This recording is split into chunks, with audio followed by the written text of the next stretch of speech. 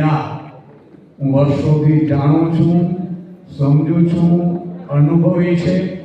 જ્યારે આ મા ભગવતી તક આપશે ને ત્યારે સોલ્યુશન લાવીશ એની હું ખાતરી આપું છું.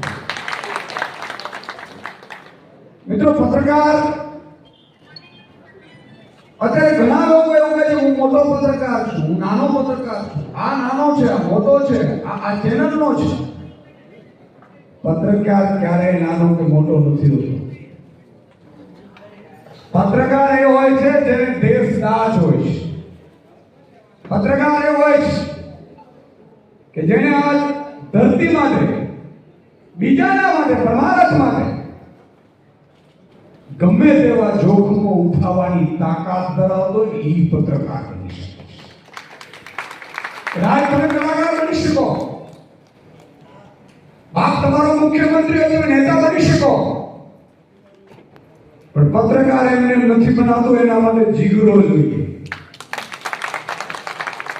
અને તમે એમાં ના છો. મને જ્યારે કાલે કહેવામાં આવ્યું કે તમારે પધારવું જ પડશે ઈશુદાનભાઈ, તો મારે કાર્યક્રમમાં તો ખંભાળી આવ્યો. જિગ્નેશભાઈ, મયુરભાઈ બધાએ ટીમે કીધું, મેં કીધું એ પોસ્ટપોન કરી દઈશ, કારણ કે મારે મારી જમાત માટે જવું છે.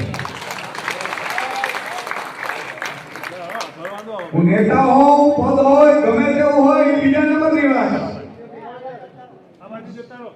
પણ મારું